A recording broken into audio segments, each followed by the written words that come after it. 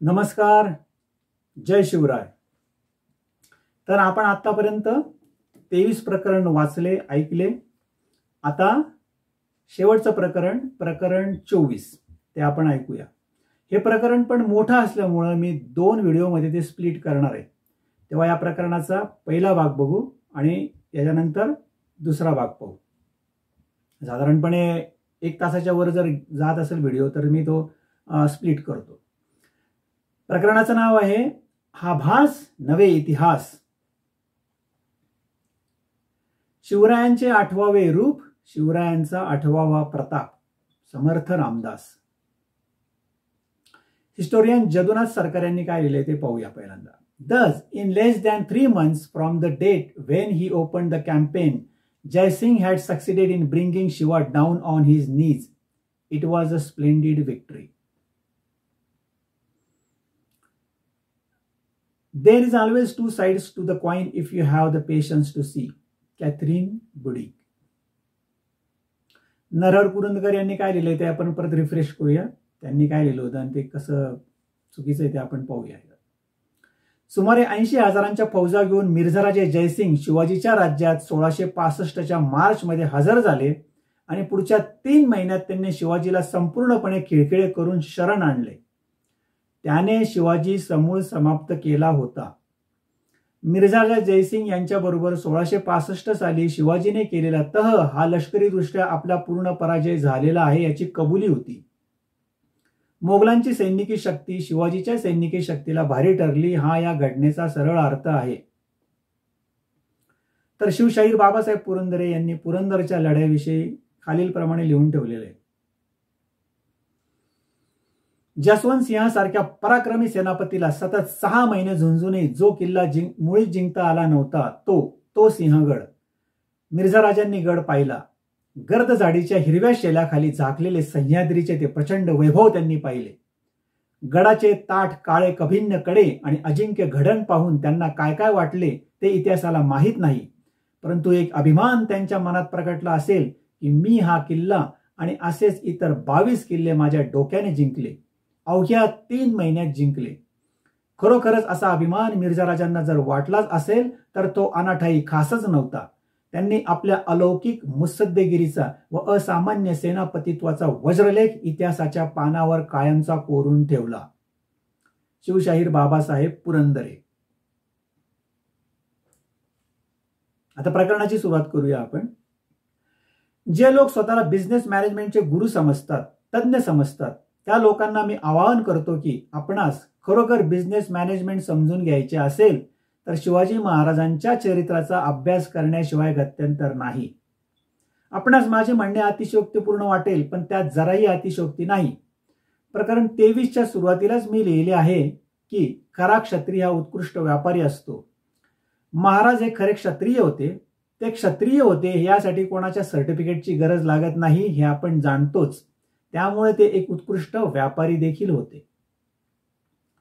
Maharaj business मॅनेजमेंटमध्ये कसे तरबेज होते याचे 2च उदाहरण देतो, म्हणजे ते किती चतुर आणि व्यवहारी होते याचा अंदाज येईल. पहिले उदाहरण म्हणजे अफजल खान वध आणि दुसरे उदाहरण म्हणजे पुरंदरचा तह. खरं तर तिसरे उत्तम उदाहरण दक्षिण दिव्याचे देता येईल, पण ते पुढे या पुस्तकाच्या 3ऱ्या भागात पाहू. यातील महत्वाचा मुद्दा म्हणजे शत्रूच्या साधन संपत्तीचा स्वराज्यासाठी उपयोग करून घेणे हा होय. अफजल खान जेव्हा मोठ्या फौजेनिशी स्वराज्यावर चालून आला तेव्हा त्याने वाईट मुक्काम ठोकला होता, कारण महाराज त्यावेळी जावळीत प्रतापगडावर होते. महाराजांनी खानाला आपल्या वकिलाकरवी गोड बोलून भुलवून फौजेनिशी व सर्व संपत्तीसह जावळीत येण्यास भाग पाडले. फौजेनिशी जावळीत येताना खानाला वाटले की आता आपण जावळी जिंकलीच आहे, कारण शिवाजी आपल्याला घाबरलेला आहे. पण प्रत्यक्षात आपण आपल्या फौजेनिशी मृत्यूच्या जबड्यात जात आहोत याची खानाला पुसटशी देखील कल्पना आली नाही. इथेच खान महाराजांच्या जाळ्यात फसला.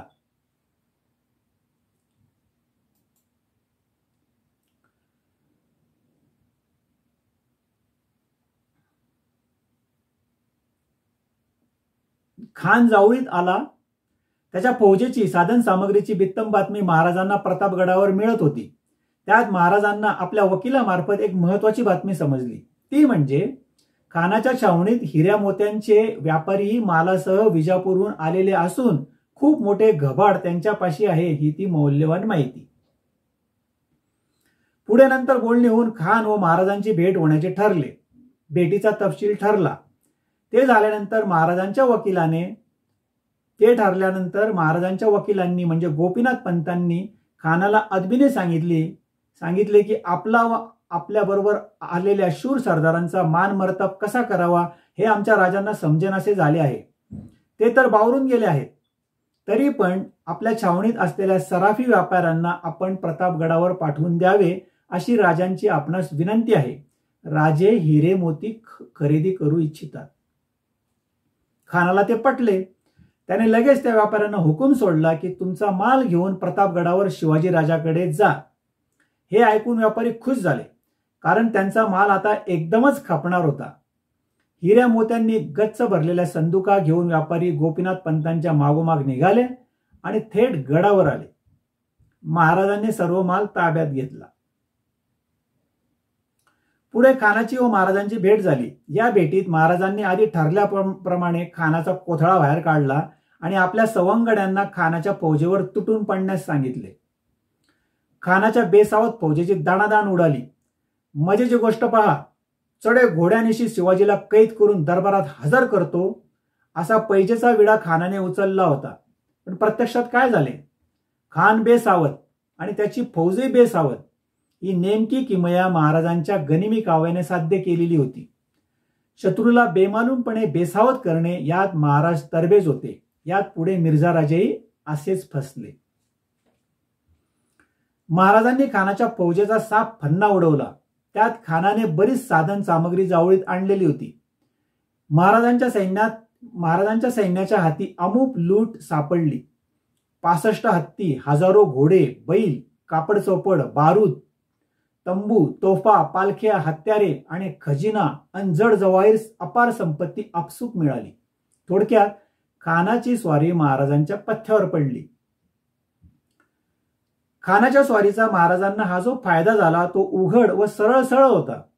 खान मारला गेला व त्याच्या फौजेचा फडशा पडला व त्यामुळे महाराजांना झालेला आर्थिक फायदा स्पष्टपणे दिसणारा आहे. मात्र मिर्झाराजांच्या बाबतीत मिर्झाराजांचा दख्खनमधील झालेला पराभव व महाराजांना झालेला त्याचा आर्थिक फायदा तितका उघड नसून तो अगदी छुप्या पद्धतीचा आहे, जो इतिहासकारांना दिसला नाही व त्यांनी चुकीचा इतिहास लिहिला. आणखी एक उदाहरण पाहूया. विजापूरच्या फत्तेखानाचा पराभव करण्यासाठी महाराजांनी बादशहाच्या ताब्यातील पुरंदर किल्ल्याचा उपयोग करून घेतला. म्हणजे शत्रूचा पराभव करण्यासाठी शत्रूच्याच किल्ल्याचा वापर केला. आहे की नाही चलाखी? याच्या पुढचं महत्वाचं आहे. हरल्याचे नाटक करून जिंकलेला पुरंदरचा तह. महाराजांनी मिर्झाराजांच्या बाबतीत नेमके काय केले हे जर बिझनेस मॅनेजमेंटच्या तज्ज्ञांनी समजून घेतले तर ते महाराजांपुढे नतमस्तक होतील. कारण शिवाजी राजा हा इतिहासातील असा अद्भुत राजा आहे की ज्याने एका शत्रूचा पराभव करण्यासाठी दुसऱ्या शत्रूच्या फौजेचा व साधन सामग्रीचा चलाखीने उपयोग करून घेतला आहे. व एवढेच नव्हे तर शरणागतीचे नाटक करून उलट शत्रूकडूनच पैसे उपटले आहेत व हे कोणालाही थांगपत्ता लागू न देता. स्वतःच्या भांडवलावर तो कोणीही बिझनेस उभा करू शकतो, पण शत्रूच्या साधन सामग्रीचा उपयोग करून स्वराज्य स्थापन करणारा शिवाजी राजा एकमेव होय, तुलना नसे. पुरंदरचा तह करून महाराजांनी मिर्झाराजांना कसे फसवले हे चतुर वाचकांच्या लक्षात आलेच असेल. तसा आणखी एक प्रसंग पुन्हा घडला आहे, पण तो प्रसंग सांगण्यापूर्वी राज ठाकरे यांच्या भाषणातील एक प्रसंग आधी सांगतो. आपल्या विरोधकांचा समाचार घेणाऱ्या राज ठाकरेंनी त्यांच्या आजोबांविषयी एक आठवण त्यांच्या भाषणात सांगितल्याचे मला आठवते. त्यांचे आजोबा त्यांना म्हणाले होते, एखाद्याला खाली आपटायचं असेल तर त्याला आधी वर उचलावे लागते. महाराजांनी मिर्झाराजांपुढे शरणागती पत्करली. ठाकरेंच्या भाषेत सांगायचे झाले तर याचा अर्थ इतकाच की महाराजांनी मिर्झाराजांना वर उचलले आहे, जसे मराठा शिर्केंनी मलिक उत्तुजारला शरण जाऊन वर उचलले होते. आणि त्या उत्तुजारचं काय झालं ते तुम्ही प्रकरण 16 मध्ये पाहिलेलं आहे, मराठी शिर्केंची शरणागती या प्रकरणामध्ये. असो, जानेवारी 1675 मधील ही घटना आहे. ही आपला प्रसंग आता नवीन आपण बघूया. जानेवारी 1675 मधील ही घटना आहे.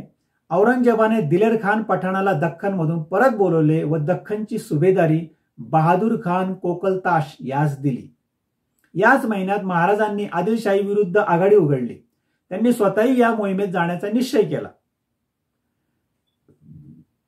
प्रथम त्यांनी दत्ताजी पंत मंत्री यांना कोल्हापूर प्रांतात पाठवले व अण्णाजी दत्तो यांना फोंड्यावर जाण्याचा हुकूम दिला.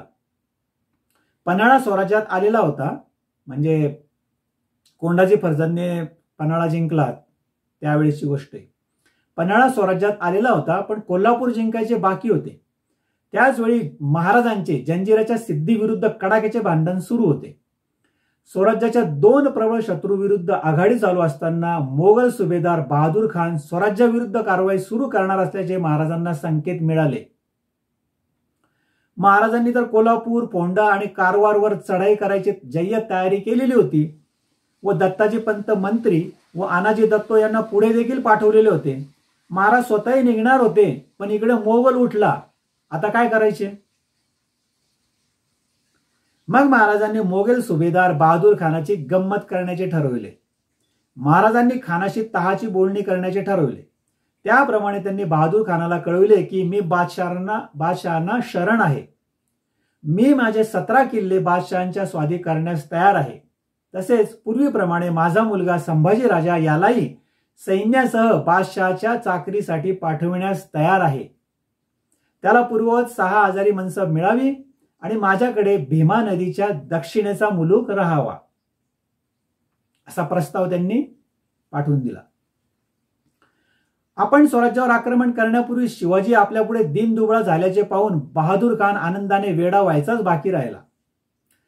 शिवाजी तहाला तयार झाला म्हणजे ते आपल्या बहादुरीमुळेच, परंतु तहाच्या या अर्जाला बादशहाची मंजुरी असणे गरजेचे होते आणि महाराजांना या खास बादशाही मंजुरीचे मोल वाटत होते. बहादूर खानाने महाराजांचा अर्ज औरंगजेब बादशाहाकडे रवाना केला. महाराजांना खात्री होती की आपला हा अर्ज औरंगजेबाकडे पोहोचायला व त्यानंतर मंजुरीचे फरमान यायला एकूण 3 महिने हवेत. या 3 महिन्यात बहादूर खान गप्प बसेल आणि विजापूरकरांनाही मोगल मराठे मैत्रीचा या प्रेम प्रकरणाचा धाक बसेल, असा अचूक अंदाज करून त्यांनी बहादूर खानाला आणि औरंगजेबाला पुन्हा एकदा जाळ्यात ओढले, पुरंदरच्या तहाप्रमाणेच. महाराजांचा अर्ज दिल्लीला गेला व तिथून पुढे पंजाबला, कारण औरंगजेब त्यावेळी पंजाबात होता. इकडे बहादूर आपल्या यशाचे स्वप्न रंगवीत बसला आणि महाराज ठरल्याप्रमाणे आदिलशाही विरुद्ध मोहिमेस निघाले. मार्चमध्ये ठरल्याप्रमाणे त्यांनी कोल्हापूर, फोंडा व कारवार जिंकले. दक्षिणची मोहीम फत्ते झाली व महाराज रायगडावर परत आले जूनमध्ये. आणि इकडे औरंगजेबाकडून महाराजांच्या अर्जाला मंजुरी आली. 17 किल्ले व भीमेच्या उत्तरेकडील प्रदेश आपल्या स्वाधीन करून शिवाजी आपल्या मुलासह पुन्हा मोगल दरबारी नोकरीसाठी तयार झालेला पाहून औरंगजेब बहादूर खानावर खुश झाला. त्याने बहादूरला शाबासकी दिली, त्याची मनसब वाढवली व एक हत्ती देखील बक्षीस म्हणून दिला.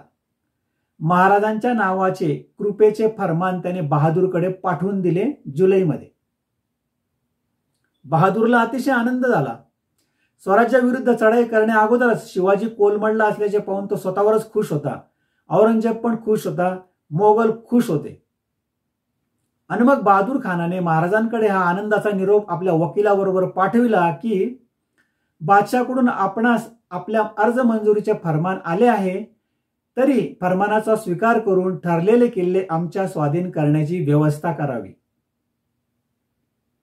महाराज औरंगजेबाच्या त्या शाही फरमानाची वाट पाहत बसले होते.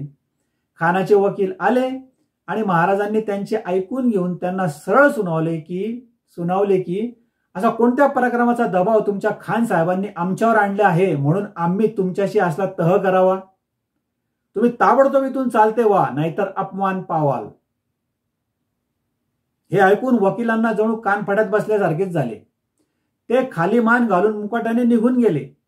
महाराजांनी जणू खानाच्या पेकाटात लाथ हाणली होती. महाराजांनी त्या कागदी पोंगळ्यांची म्हणजे शाही फरमानाची दखलही घेतली नाही. मोगलशाहीची महाराजांनी इज्जतच काढली. आता वरील प्रसंग वाचून आतापर्यंत चतुर वाचकांच्या लक्षात आलेच असेल की महाराजांनी पुरंदर तहाचा फॉर्म्युला आधी मिर्झा राजांविरुद्ध व त्यानंतर 10 वर्षांनी बहादूर खानाविरुद्ध वापरला आहे. बहादूर खानाचा तर त्यांनी पोपट केला. वकिलांनी ती कडू बातमी म्हणजे महाराजांनी जणू लगावलेली थप्पड खानाला सांगितली. ती ऐकून खानापुढे दिवसा काजवे चमकू लागले. नंतर ही बातमी औरंगजेबाला समजली. तो भडकला. पण करणार काय? महाराजांनी असे काहीतरी करायचे आणि औरंगजेबाने भडकायचे असेच चालले होते.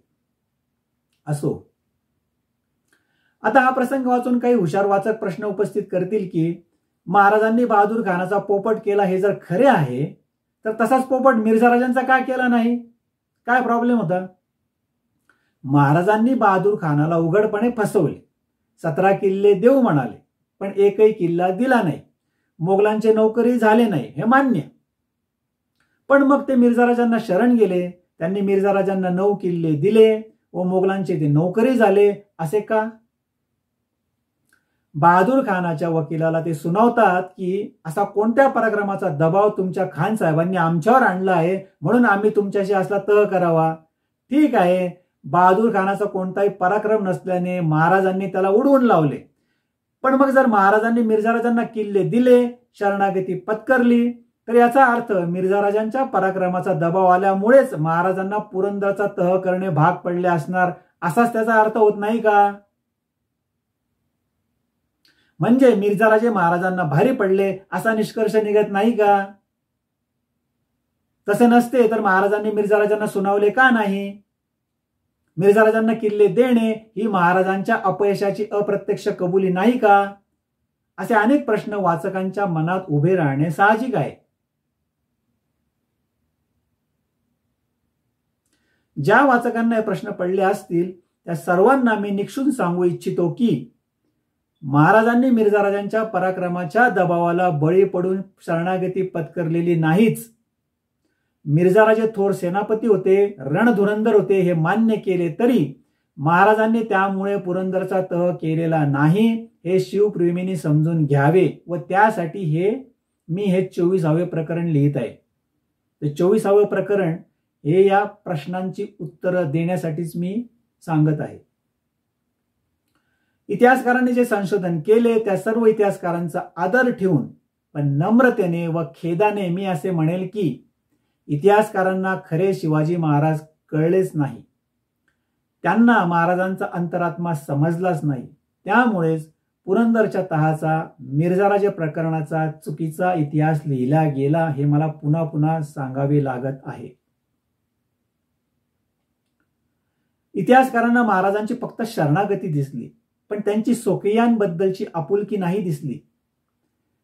त्यांना महाराजांनी मिर्झा राजांना दिलेले किल्ले दिसले पण त्यांना महाराजांची ध्येय धोरणे नाही दिसली. त्यांना महाराजांचा पन्हाळ्याला झालेला पराभव दिसला पण महाराजांच्या स्वराज्याच्या हेतूचा नेमका बोध झाला नाही असे नाईलाजाने म्हणावे लागेल. असो, आता वाचकांच्या मूळ प्रश्नाला समजून घेऊया. बहादूर खानाची जशी फजिती महाराजांनी केली तशी फजिती महाराजांनी मिर्झा राजांची का केली नाही हा तो प्रश्न. ओके, याची 2 कारणे देता येईल.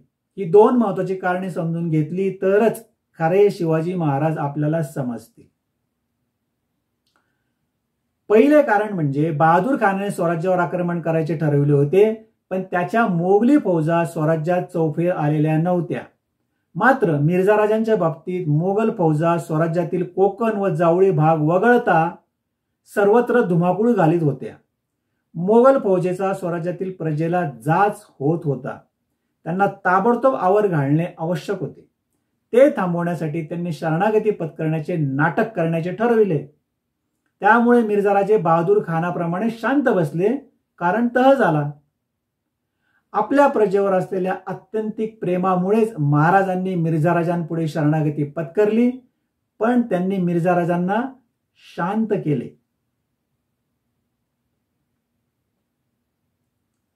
आता ते नरहर कुरुंदकर यांनी काय लिहिले ते आपण एक समजून घेऊया.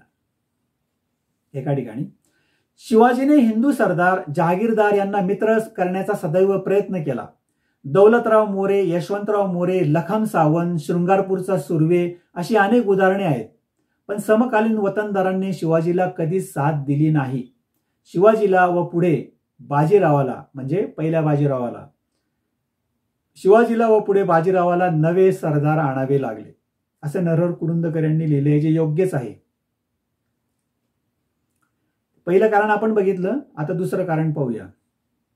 दुसरे महत्वाचे कारण म्हणजे स्वतःच्या सैन्याविषयी आणि स्वकीयांबद्दल असणारी त्यांची आपुलकी हे होय.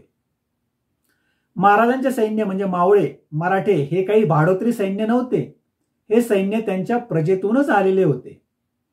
तळ हातावर शीर घेऊन लढणाऱ्या आपल्या प्रत्येक मावळ्याविषयी त्यांना ममत्व होते हे उघड आहे. पण महत्वाचे म्हणजे शत्रू पक्षातील स्वकीयांबद्दलही त्यांची ममत्वाची भावना होती. हे जर मी सांगितले तर बऱ्याच जणांना याचे आश्चर्य वाटेल. शत्रू पक्षातील स्वकीयांबद्दल महाराजांनी आस्था दाखवण्याचे कारणच काय असे बऱ्याच जणांना वाटेल. शत्रू पक्षातील स्वकीय हा पण शत्रूच ना, असा कोणी विचार करेल. पण इथेच महाराजांचे वेगळेपण आहे. ते आपल्यासारखा सामान्य आणि क्षुद्र विचार करणारे नाहीत. महाराजांमध्ये एकाच वेळी ते अत्यंत क्रूर तर अत्यंत दयाळू असे परस्पर भिन्न गुणांचे दर्शन घडते महाराजांमध्ये. कारण ते ज्ञानी पुरुष होते. लहान वयातच त्यांनी रांझ्याच्या पाटलाचे हातपाय तोडले. जावळीच्या यशवंतरावाची त्यांनी गर्दन मारली. त्याच्या मुलाला देखील त्यांनी ठार मारले. अफजल खान भेटीत त्यांनी खानांना आलिंगन दिल्याबरोबर त्याचे पोट फाडले आणि त्याचा वकील कृष्णाजी भास्कर याला पण खतम केले. खानाने प्रथम महाराजांवर वार केला किंवा कृष्णाजी भास्करने महाराजांवर वार केला हा मुद्दाच गौण आहे. महाराज वाघनाखे घालून गेले होते, यातच ते खानाचे पोट फाडणार हे निश्चित ठरलेले होते. मग खानाने वार करो अथवा न करो. कारण आलिंगन दिल्यावर जर त्यांनी पोट फाडण्याची संधी दवडली असती तर मग त्या वाघनाख्यांचा काय उपयोग होता? नंतर खानाशी बोलण्यात तरी काय अर्थ होता? फितूर खंडोजी खोपडेचा एक हात व एक पाय तोडला. बाजी घोरपडेला त्यांनी स्वतः ठार केले. सुरत छाप्यादरम्यान जे धनिक व्यापारी खंडणी द्यायला तयार नव्हते त्यांचे हातपाय तोडण्याची महाराजांनी आज्ञा दिली. हा राजा असा दुष्टांचा कर्दनकाळ होता. पण त्याच वेळी हा राजा अत्यंत दयाळू पण होता. पुरंदरच्या तहामागे महाराजांचा हा दयाळूपणा कारणीभूत आहे. प्रकरण 21 थोरली मसलत मध्ये आपण हे पाहिले की महाराजांना परकीय पठाणी पक्षांबद्दल, आपण जे दोन पक्ष पाहिलेत त्यातला पठाणी पक्ष, या परकीय पठाणी पक्षांबद्दल अतिशय चिरड होती. आणि दुसरा दखनी पक्ष. तर महाराजांना या परकीय पठाणी पक्षांबद्दल अतिशय चिरड होती. या पक्षातील औरंगजेब हाच त्यांचा मुख्य शत्रू होता. दक्षिणी पक्षातील आदिलशाही व कुतुबशाही यांच्याबद्दल त्यांना तितकासा राग नव्हता हे आपण पाहिले. म्हणूनच तर त्यांनी मिर्झा राजांबरोबर असूनही त्यांनी आदिलशाहीला मदत केली. म्हणजे लढताना मिर्झा राजांकडून लढतायत पण मदत करतायत आदिलशाहीला. ते आपण प्रकरण 20 मध्ये पाहिलं. हत्तीवरून तिरंदाजी हे पण प्रकरण आपण पाहिलेलंच आहे. औरंगजेबाने पाठवलेल्या शाहिस्ते खानाचा त्यांनी पराभव केला. म्हणून औरंगजेबाने मिर्झाराजे जयसिंग या राजपूत सेनापतीला पाठवले. मिर्झा राजांबरोबर 80,000ची फौज होती.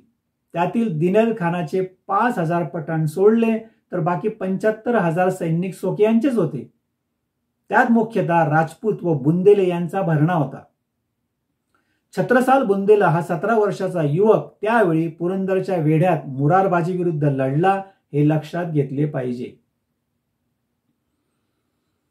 महाराजांनी जर मिर्झा राजांशी निर्णायक युद्ध करायचे ठरविले असते तर रक्त सांडले असते मराठ्यांचे, राजपुतांचे आणि बुंदेल्यांचे. महाराजांना स्वराज्य स्थापन तर करायचे होते पण ते अशा प्रकारे मराठी स्त्रियांना, राजपूत स्त्रियांना आणि बुंदेली स्त्रियांना विधवा करून नव्हे. काय उपयोग मग त्या स्वराज्याचा ज्यामध्ये मराठ्यांची, राजपुतांची आणि बुंदेल्यांची मुले अनाथ झाली असतील? त्याला स्वराज्य, सुराज्य तरी कसे म्हणायचे? थोडक्यात महाराजांची अवस्था यावेळी कुरुक्षेत्रावर असलेल्या अर्जुनासारखी झालेली होती. शत्रू पक्षात आपले स्वकीयच होते. अर्जुनासमोर भीष्माचार्य होते, शिवाजी महाराजांपुढे मिर्झाराजे होते. हे साम्य असले तरी एक मुख्य फरक होता, तो म्हणजे महाराज गोंधळलेले अर्जुन नसून स्वतःच भगवान श्रीकृष्ण होते व शिवभारत कसे घडवायचे हे त्यांना चांगले ठाऊक होते. शिवाजी महाराजांचंच पत्रातील एक विधान आहे, अत्यंत महत्वाचे, नीट ऐका. आपल्या भूमीचे संरक्षण करणे हाच माझा फर्ज आहे. शिवाजी महाराज.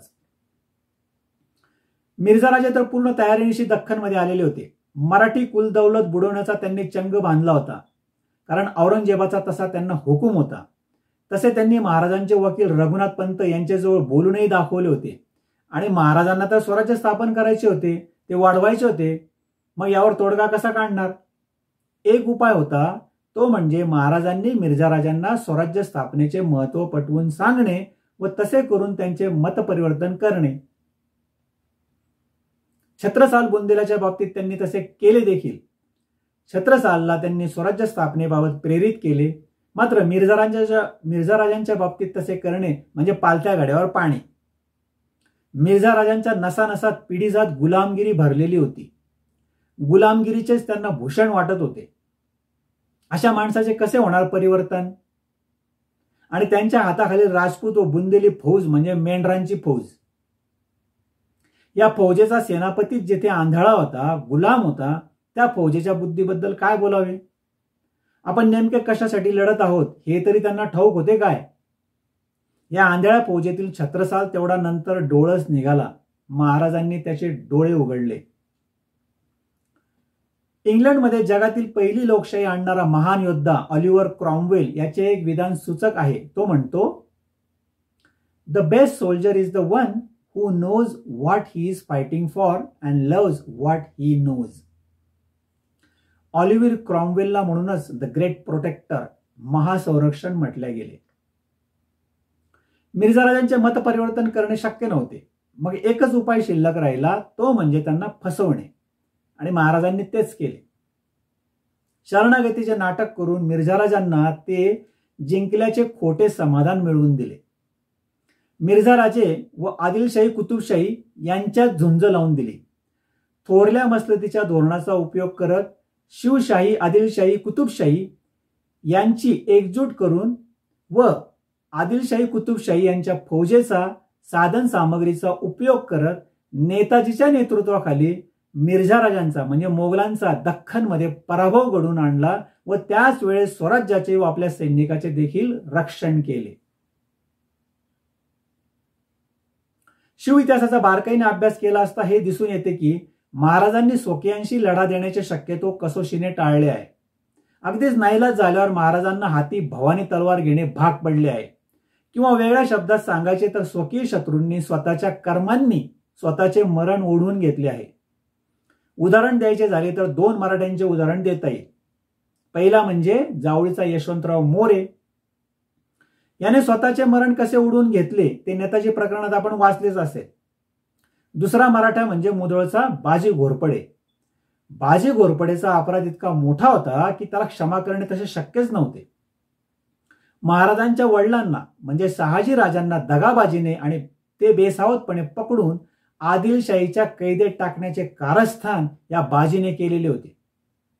पण इतके असूनही महाराज बाजी घोरपडेंवर कधीच चालून गेले नाहीत हे विशेष. कारण इतकेच की स्वकीयांशीच लढून वेळ व शक्तीचा अपव्यय का करावा. पण महाराजांना पुढे जेव्हा बातमी आली की आदिलशहाच्या हुकमाप्रमाणे बाजी घोरपडे खवासखानाला सामील होऊन स्वराज्यावर चालून येणार आहे, तेव्हा नाईलाजाने महाराज बाजी घोरपडेचा समाचार घेण्यासाठी मुधोळवर चालून गेले व त्यांनी स्वतः बाजी घोरपडेला ठार केले. पण मजेची गोष्ट पुढे आहे. प्रकरण 21 थोरली मसलत मध्ये आपण पाहिले की महाराज गोळकोंड्याला कुतुबशहाला भेटले व त्यांनी दक्षिण्यांची एकजूट आघाडी करण्याचा करार केला. दक्षिणेतील तमाम सत्ताधाऱ्यांनी एकत्र येऊन पठाणांना व मोगलांनाही परास्त करावे हा या आघाडीचा हेतू होता. महाराजांनी यावेळी आदिलशाहीतील सरदारांना पठाणांविरुद्ध उठवण्याचे प्रयत्न सुरू केले. त्यांची तेथील सरदारांना पत्रे जाऊ लागली. मुधोळचे मालोजीराव घोरपडे यांना देखील त्यांनी एक पत्र लिहिले. हे मालोजी राजे म्हणजे बाजी घोरपडेंचे पुत्र. पण महाराज पत्रात त्यांना कळकळीने लिहितात, कोणाला? बाजी घोरपडेच्या मुलाला, की तुम्ही मराठे लोक आपले आहात, तुमचे गोमटे व्हावे म्हणून स्पष्टच तुम्हास लिहिले असे. सर्व प्रकारे तुमचे गोमटे करू. एवसी आम्हापासून अंतर पडे तरी व मागील दाव्याचा किंतु आम्ही मनातून टाकीला. एवसी आम्हा श्रीदेवाची आण असे. तुम्ही निसंदेह होऊन येणे. आपल्या जातीच्या मराठिया लोकांचे बरे करावे हे मनावरी आणून. अशा प्रकारचं पत्र महाराजांनी त्याला लिहिलेलं आहे, बाजी घोरपडेच्या मुलाला. आदिलशाहीतून एकतर कुतुबशाहीकडे जाणे किंवा शिवशाहीमध्ये म्हणजे शिवाजी महाराजांच्या सेवेत सादर होणे. या पत्रावरून महाराजांच्या स्वभाव वैशिष्ट्यावर प्रकाश पडतो की शत्रूंची जरी असले तरी स्वकीय शत्रूंबद्दल पण त्यांना त्यातल्या त्यात सॉफ्ट कॉर्नर होता शिवाजी महाराजांचा.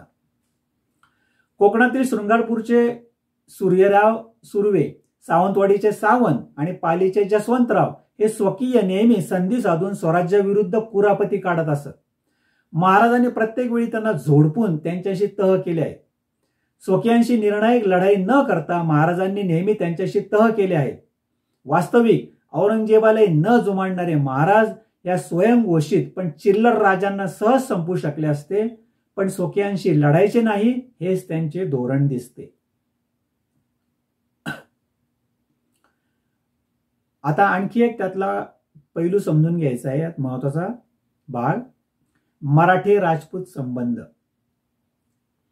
प्रकरण 23 मध्ये मी म्हटले आहे की महाराजांनी तह केला ते मराठे राजपूत संबंधात कटुता येऊ नये म्हणून. या विधानाला संदर्भ म्हणून पुढील उदाहरण देता येईल. म्हणजे महाराज राजपूतांशी संघर्ष कसे टाळत होते हे लक्षात येईल. शाहिस्तेखानाची बोटे छाटून टाकल्यावर महाराजांनी सुरतेवर छापा टाकण्याचे ठरविले. शाहिस्तेखानाने पुण्याहून निघून जाताना मागे महाराजा जसवंत सिंह या राजपुतास ठेवले होते. प्रकरण 21 मध्ये आपण पाहिलेले, 23 मध्ये सॉरी. जसवंत सिंहाने कोंढाण्याला म्हणजे सिंहगडास वेढा दिला. महाराज त्याच्यापासून अवघ्या 3 कोसावरून सुरतेवर गेले व सुरत लुटून परत आले. मात्र महाराजांनी वेढा उधळून लावण्यासाठी जसवंत सिंहावर हल्ला केला नाही. नोव्हेंबर 1663 मध्ये, म्हणजे मिर्झा राजा जयसिंगची जी पुरंदरची स्वारी झाली त्याच्या अगोदर 1 वर्ष. परत पुढे असाच एक प्रसंग घडला. पुरंदरचा तह मोडल्यावर महाराजांनी सुरत लुटली. नंतर महाराज बऱ्हाणपूरच्या दिशेने निघाले, म्हणजे नोव्हेंबर 1670 मध्ये.